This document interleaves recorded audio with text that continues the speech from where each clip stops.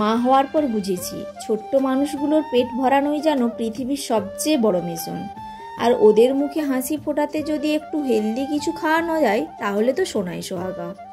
তাই আজ নিয়ে এলাম আমার শ্রেয়ানের জন্য একটা স্পেশাল হেলদি স্ন্যাক্স। বানাতে একদম সহজ আর খেতে দারুণ। প্রথমে 1 কাপ ওটস নিয়ে ব্লেন্ডার দিয়ে ভালো করে গুঁড়ো করে নিয়েছি। এবার তার মধ্যে একটা ডিম ফাটিয়ে মিশিয়ে নিলাম ভালো করে। তারপর দিলাম গ্রেট করা গাজর, গ্রেট করা পেঁয়াজ, আদা আর রসুন, আর স্বাদ মতো লবণ, হলুদ আর অল্প চিনি। আবারও সব কিছু ভালো করে মিশিয়ে নিচ্ছি।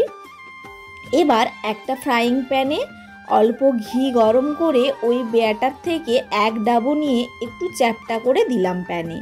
1 পিঠ ভাজা হয়ে গেলে উল্টে দিলাম আরেক পিঠ। এইভাবে একটার পর একটা করে নিতে থাকি। এতক্ষণে হাজির শ্রেয়ান।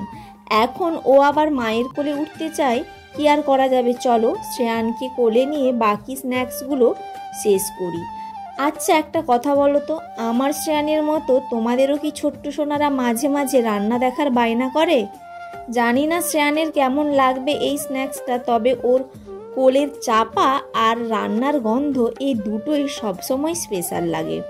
দুটো স্ন্যাক্স বানিয়ে একটু ঠান্ডা করে দিলাম, এবার শ্রেয়ানকে খাওয়াবো।